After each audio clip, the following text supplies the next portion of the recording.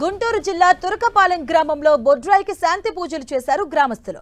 2-3 నెలలుగా తురకపాలెంలో అంచు తిక్కని వ్యాధితో గ్రామస్తులు చనిపోతూ ఉన్నారు. 4 నెలల్లోనే దాదాపు 40 మంది చనిపోయారు.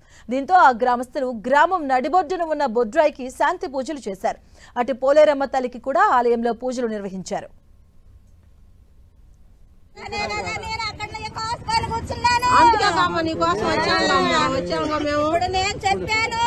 ఐదుగురు వచ్చాముగా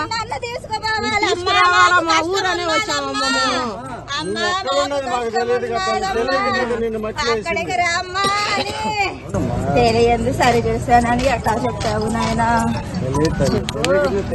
నా దగ్గర అబద్ధము పనికి రాదు.